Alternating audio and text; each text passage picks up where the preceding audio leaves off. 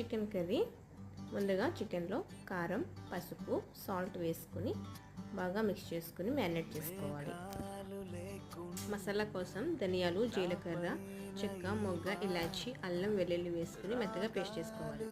ముందుగా కడాయిలో ఆయిల్ వేసుకుని చిన్నగా కట్ చేసుకున్న ఉల్లిపాయ ముక్కలు వేసి కొద్దిగా సాల్ట్ వేసుకుని మూత పెట్టి మగ్గించుకోవాలి.